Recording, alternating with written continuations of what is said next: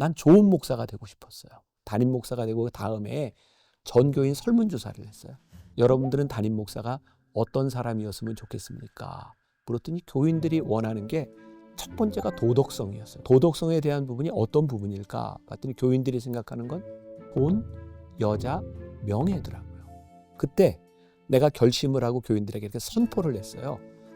내가 만나교회 담임으로 있는 동안 내 이름으로 된 집, 건물, 재산 소유하지 않겠습니다. 돈 모으지 않겠습니다. 명예? 나에게 최고의 명예는 만나교회 담임 목사로 족합니다. 그래서 어떤 교단의 정치나 어떤 자리에도 나가지 않겠습니다. 여자? 돈, 여자, 명예 중에 생각해 보니까 내가 여자에 제일 약하더라. 그래서 어떻게 생각을 했냐면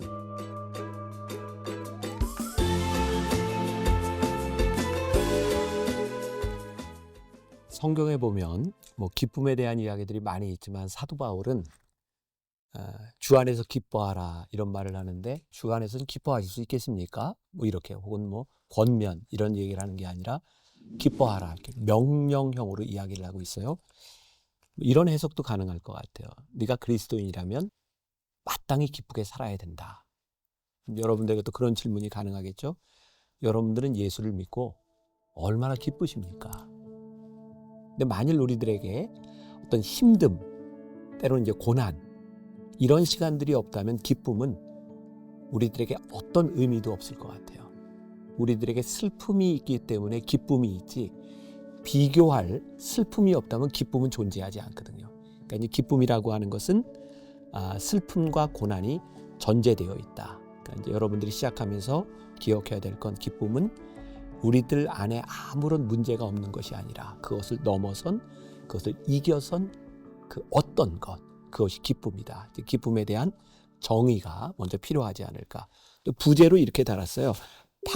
팍팍한 세상을 기쁘게 사는 법. 그러니까 일정 부분의 어떤 룰, 법칙이 있다는 거예요. 기쁨으로 살기 위해서는. 제가 성경 말씀을 한 구절 읽어드릴게요. 빌립보서 4장 6절의 말씀인데 아무것도 염려하지 말고 다만 모든 일에 기도와 간구로 너희 구할 것을 여기가 제일 중요해요. 감사함으로 하나님께 아뢰라.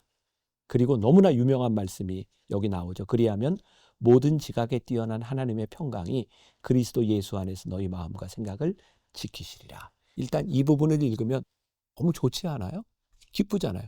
모든 지각에 뛰어난 하나님의 평강이 우리를 지키신다고 하니까 얼마나 좋아요. 근데 여기에 전제가 하나 필요한 거죠. 감사함으로 하나님께 아뢰라. 그리하면 너희들이 기쁘게 살 수 있을 것이다. 이건 클리셰라 그래요. 너무나 당연한 얘기잖아요. 우리가 신앙생활하면서 수없이 들어왔던 이렇게 감사와 기쁨이라고 하는 것은 어떤 연속선상에 있는 거예요. 근데 문제는 뭐냐면 감사할 거리가 별로 없어. 감사하는 것 자체가 너무 힘들어. 그러면 이제 기쁨을 누리기도 힘든 거겠죠. 자, 기쁨과 감사, 감사함으로 하나님께 아뢰라. 이 말은 우리들이 하나님께 무언가 아뢰 일이 있는데 기도 제목이 있죠. 바라는 거. 그러니까 우리들에게 기도 제목이 있는 건 하등 잘못된 것이 아니에요. 때로는 그 기도 제목이 유치한 것일 수도 있고 고상한 것일 수도 있고 우리의 신앙의 어떤 연조, 차이가 있을 수는 있지만 너무나 자연스러운 일이다. 그런데 오늘 그 하나님께 우리들이 원하는 것을 아뢰는 방법에 대해서 말씀을 하고 있어요. 그게 뭐냐면 감사함으로 아뢰라. 자, 내가 뭔가 필요해. 예를 들어서 커피 한 잔이 필요해. 하나님, 내 커피가 없어요. 커피 주세요. 이렇게 구하지 말고 하나님, 제가 빵은 있는데요. 너무 감사한데요. 커피도 좀 주시면 안 될까요? 이게 구하는 것의 차이라는 거예요. 그러니까 기쁨으로 사는 습관을 만드는 데 있어서 성경이 우리들에게 이야기하는 것은 얘들아, 너희들이 하나님 앞에 필요를 구하는 것은 하등 잘못된 것이 아니지만 너희들이 감사함으로 구해볼 수 없겠니? 그러면 모든 지각에 뛰어난 하나님의 평강이 너희 안에 있을 것이야. 그러니까 오늘 이제 이 말씀을 함께 나누는 여러분들에게 감사함으로 구한다는 것이 무엇인가를 한번 생각해 보자. 자, 중요한 구분이 있어요. 우리들이 불평을 하는 많은 이유 가운데 하나는 하나님이 우리들이 주시지 않은 것, 그리고 때때로는 금하신 것 때문에 불평을 하죠. 그래서 하나님을 모르는 사람들이 기독교인을 공격할 때 제일 많이 하는 게 뭐냐면, 왜 하나님이 선악과를 만드셨어? 그래서 인간으로 하여금 죄를 짓도록 왜 그걸 만들어 놓으셨어? 이게 하나님에 대하여 불평하는 그런 이야기 가운데 하나잖아요. 근데 그런 생각 해보셨어요? 선악과를 만드신 그 금하신 이유가 하나님을 하나님으로 인정하고 살아가고 너희들이 할 수 없는 것도 있다는 것을 가르쳐 주기 위해서 하나님이 너희들에게 선악과를 만들어 주셨어. 금하신 것이 우리들에게 저주가 아니라 하나님이 우리들에게 계신 축복이야 라고 하는 것을 우리들이 깨닫고 있는가. 주신 것만 감사하는 것이 아니라 주시지 않은 게 너무 감사해. 그러고 보니까 제가 몸이 많이 아플 때 막 이렇게 병원 찾아다니면서 병명이 뭔지도 모르고 막 헤맬 때 제가 팔체질 검사를 했어요. 팔체질 검사를 하는데 소위 말해서 내가 저주받은 체질이에요. 팔체질을 아는 사람들은 끄덕끄덕할 것 같은데 내가 금음 체질이거든요. 먹지 말아야 되는 게 너무 많아요. 근데 내가 많이 아팠던 이유 가운데 하나가 그걸 듣고 보니까 먹지 말아야 되는 것만 내가 좋아했어요. 선생님이 하라는 대로 했어요. 먹지 말라는 걸 안 먹었어요. 근데 진짜 몸이 좋아지더라고요. 그때 내가 생각했던 게 내가 먹지 말아야 되는 것이 내 인생의 저주가 아니라 이것을 금하여 주신 게 나에게 참 복이구나. 그런가 하면 우리들의 삶에서 이제 중독 같은 거 많이 있잖아. 마약, 도박. 이건 우리들이 욕망 안에서 하고 싶은 것들이에요. 그거 하지 마라. 이게 복일까요? 아닐까요? 내 욕망을 제어하는 것, 내가 하지 못하는 것이 있는 것도 우리들의 인생에는 굉장히 큰 복이다. 기쁘게 사는 습관 만들기. 그렇구나.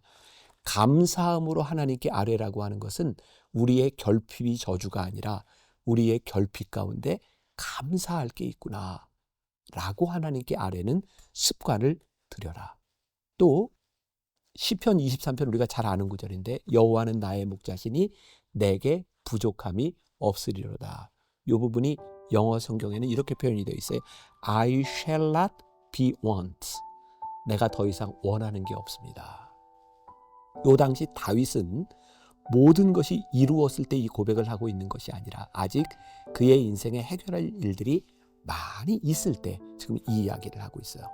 근데 요 영어 성경 표현에 의하면 여호와는 나의 목자시니 내가 더 이상 원하는 것이 없습니다. 그러면 다윗에게 있어서 모든 것이 충족되어졌기 때문에 이런 기도를 하고 있을까요? 우리는 알아요.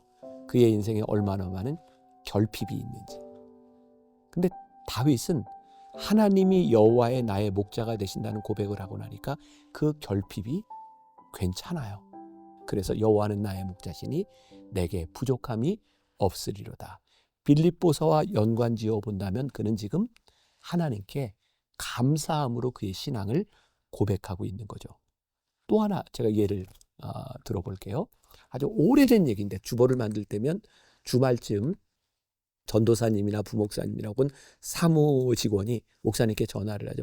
목사님 이번 주일 제목 알려주세요. 이렇게 전화를 하죠. 어떤 목사님이 이제 설교 준비를 시편 23편 말씀을 가지고 했는데 부목사님이 전화가 왔어요. 목사님 이번 주에 설교 제목이 뭔가요?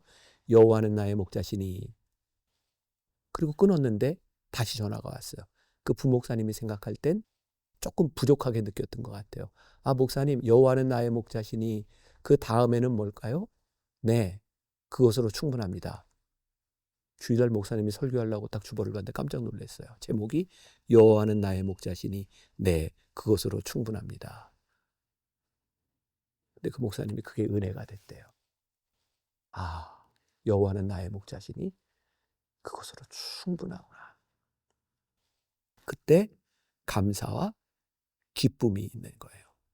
그러니까 감사하는 습관, 기쁘게 살아가는 습관을 지닌다고 하는 것은 우리들의 욕구가 충족되었기 때문이 아니라 감사함으로 하나님께 아뢰는 태도에 대한 문제인 것 같아요. 제가 어제 쇼츠에서 우연하게 영상을 하나 보게 됐어요. 어떤 목사님이 어떤 교회가 주차장이 부족해서 주차장을 놓고 이렇게 막 기도하는데 그 옆에 그 넓은 땅이 있는 거야. 근데 그 주인이 그 땅도 팔지 않고 좀 우리 교회가 저것만 있으면 많은 문제가 해결될 텐데. 근데 어느 날 그 땅 주인이 목사님한테 찾아와서 목사님 이 주차장 교회에서 쓰세요. 팔지는 않습니다. 근데 쓰세요. 얼마나 기쁜 얘기겠어요. 근데 그 주인이 딱 한 가지 조건을 내걸었대요. 52주 중에 한 주만 쓰지 말고 51주를 쓰세요. 진짜 교인들이 너무 감사해서 쓰는데 몇 년쯤 지나가는데 불평이 생기더라는 거야. 아니 이왕 빌려줄 거 52주를 다 빌려주지 왜 한 주는 못 쓰게 하는 거야. 그래서 목사님이 대표로 그 집주인한테 가서 물어봤대요. 왜 한 주는 못 쓰게 하세요? 무슨 일이 있으세요? 그랬더니 주인이 그래야 이 땅이 내 땅인 줄 알지. 안 그러면 내 땅인 줄 모르잖아요. 우리들이 잊고 살아가는 게 많이 있어요. 주인이 누구인지, 우리들에게 준 축복이 무엇인지. 사실 우리들의 결핍은 가만히 생각해 보면 기쁘게 살아가는 방법 중에 하나예요. 이것이 감사함으로 하나님께 아뢰일 수 있다면, 그래서 기쁘게 살아가는 좋은 특징 중에 하나가 감사함으로 하나님께 아뢰라 라는 이 말씀을 지금 기억했으면 좋겠다. 우리들이 기쁘게 사는 습관 가운데 하나는 우리들의 삶의 가치를 발견하는 일이라고 생각해요. 기쁨은 우리들에게 어떤 일이 일어나느냐에 의해서 좌우되는 것이 아니라 우리들의 삶의 가치를 발견하게 될 때 우리들에게 찾아오는 일이 기쁨이에요. 제가 은혜를 받기 전에 제일 힘들었던 일은 내가 즐거워하는 일을 끊지 못하는 거였어요. 나는 은혜 받기 전에 도박을 좋아했어요. 뭐 고스톱, 포카, 뭐 마작 이런 거 좋아해서 내가 목사 시절에도 막 1박 2일씩 여관에 가서 밤새고 노름하고 그랬거든요. 근데 그게 잘 안 끊어졌어요. 내가 대학교 1학년 때 당구 300 쳤거든요. 근데 그 당구도 나는 그냥 당구는 안 쳤어요. 늘 돈 내기 당구만 쳤어요. 하루에 막 16시간 막 밤새고 아는 사람만 알아요. 당구장에서 시켜 먹는 짜장면, 당구장에서 먹는 김밥이 얼마나 맛있는지 몰라요. 안 끊어져요, 그거 잘. 근데 나는 은혜를 받고 한순간에 끄는 게 아니라 안 하게 됐어요. 지금도 나는 뭐 우리 교회 이제 소모임 이렇게 뭐 당구 뭐 대회 한다 그러면 얼마든지 가서 해요. 뭐 당구가 죄가 아닌데. 그리고 지금도 나는 고스톱 치면 다 딸 자신이 있어. 뭐 난 늘 그런 생각을 하지만 할 시간이 없어요. 내가 은혜를 받고 나니까 내가 하고 싶은 일이 많아진 거예요. 나는 그게 거룩한 일에 분주하라 청년들한테 이런 표현을 하는데 내 기쁨이 다른 기쁨으로 옮겨졌어요. 근데 우리가 우리의 욕망과 세상적인 일의 기쁨으로 살면 찾아오는 게 허무함이에요. 그러니까 그건 기쁜 것 같지만 기쁜 게 아니에요.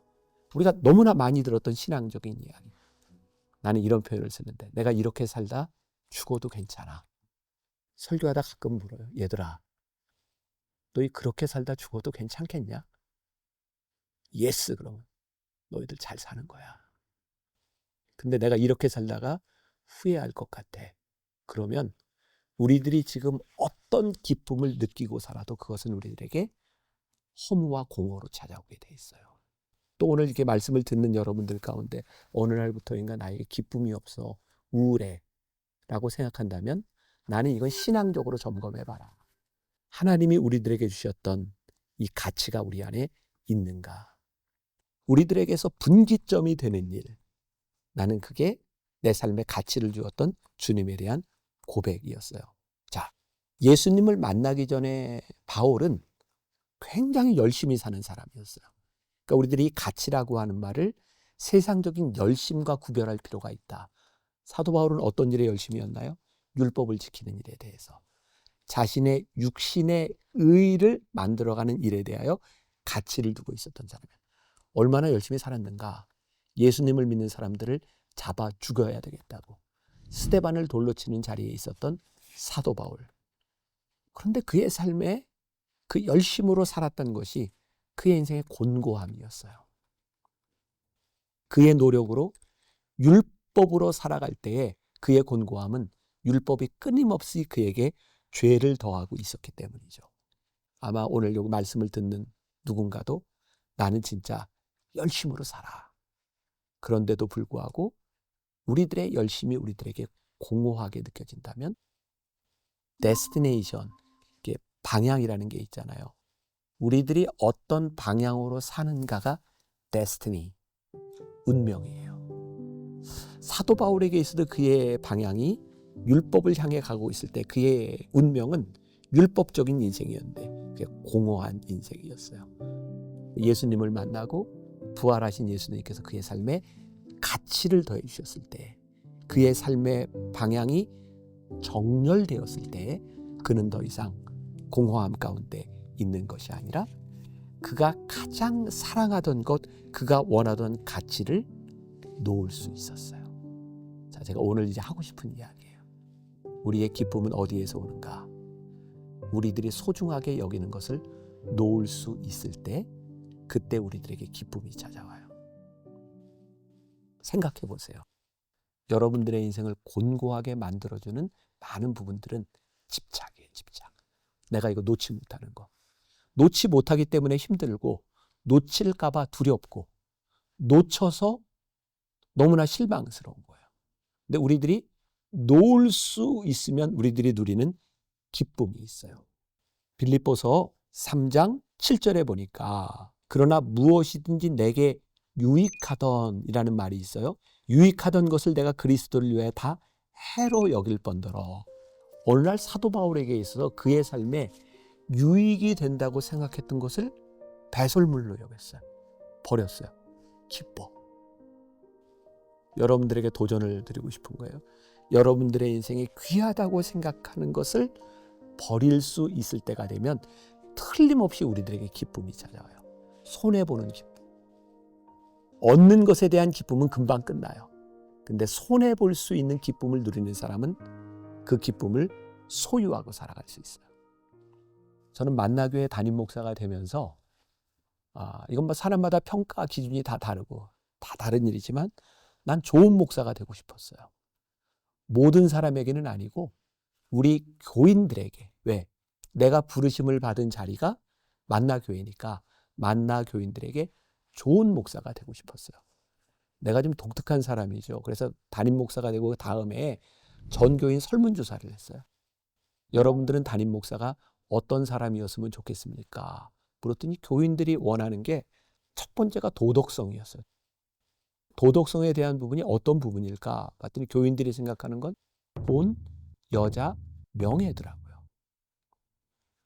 그때 내가 결심을 하고 교인들에게 이렇게 선포를 했어요. 나는 좋은 목사가 되고 싶습니다. 나 하나님 앞에 부름받은 사람으로 불리는 것은 다른 문제고 여러분들에게. 그래서 제가 돈에 관한 한 그냥 소유하지 않고 살아갔으면 좋겠습니다. 그래서 교인들하고 이런 약속을 했어요. 내가 만나교회 담임으로 있는 동안 내 이름으로 된 집, 건물, 재산 소유하지 않겠습니다. 돈 모으지 않겠습니다. 명예? 나에게 최고의 명예는 만나교회 담임 목사로 족합니다. 그래서 어떤 교단의 정치나 어떤 자리에도 나가지 않겠습니다. 여자? 돈, 여자, 명예 중에 생각해 보니까 내가 여자에 제일 약하더라.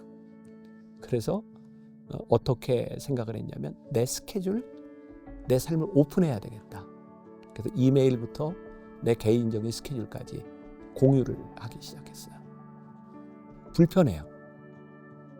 그리고 제가 몇 년 지났을 때, 그때는 제가 이제 교회 앞에 아파트에 살 때였는데, 제 아내가 저한테 이런 얘기를 하더라고요. 그 아파트, 우리 지금 살고 있는 아파트 전세로 살고 있는데, 여기에다가 조금만 더 하면 우리가 살 수 있어. 근데 제가 간단하게 얘기했어요. 우리 소유 안 하기로 했잖아.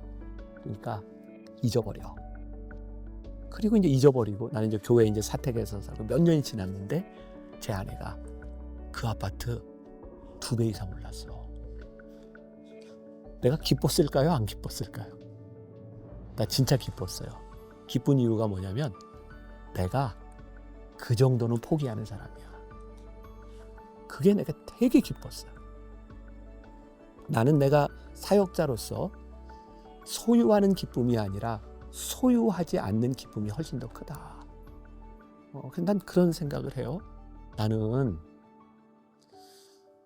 돈을 가지는 것보다 내가 목회자로서 우리 교인들에게 좋은 목사 되는 게 훨씬 더 소중하다고 생각해. 뭐 그렇다고 내가 모든 면에서 뭐 완전하거나 모든 걸 다 잘하는 건 아니지만 내가 그 정도는 포기할 수 있다. 그게 나에겐 굉장히 큰 기쁨인 것 같아요. 그 포기할 수 있는 건 어디에서 왔는가? 하나님이 나를 부르신 부르심의 가치에서 왔다고 저는 생각해요. 이게 저는 되게 즐겁게 살아요.